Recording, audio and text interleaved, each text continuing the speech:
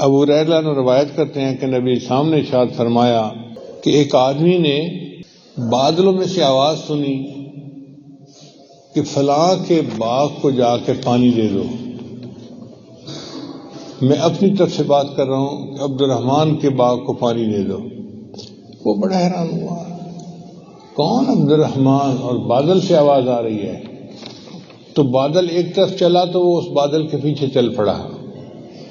کیا دیکھتا ہے کہ ایک جگہ پر بادل برسا اور پانی جو تھا وہ پہاڑوں کے اندر سے جیسے نالیوں میں بہتا ہوا جلتا ہے، تو پانی کے پیچھے چلا کہ یہ پانی جا کہاں رہا ہے.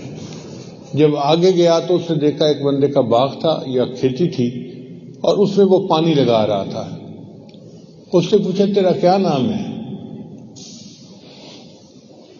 اس نے وہی نام بتایا جو بادل سے اس نے سنا تھا. اس نے پوچھا اچھا یہ بتاؤ تمہارا کون سا عمل ایسا ہے کہ اللہ کے یہاں تمہاری اتنی قبولیت ہے؟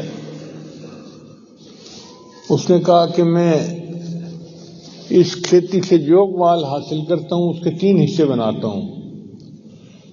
ایک حصہ اپنے گھر والوں پہ خرچ کرتا ہوں، دوسرا حصہ اللہ کے راستے میں خرچ کر دیتا ہوں، اور تیسرا حصہ اس کھیتی کو بڑھانے کے لیے کھیتی پہ خرچ کر دیتا ہوں. تو نبی صاحب نے فرمایا کہ اس کا یہ عمل ایسا تھا کہ اللہ نے بادلوں کو حکم دیا کہ جاؤ اور اس کی کھیتی کو پانی دے کے آؤ. جو برانی زمین ہوتی ہے ان کا تو انحصار ہی بادل بارش کے اوپر ہوتا ہے، تو اللہ ان کے رزق میں اس طرح برکت عطا فرما دیتا ہے.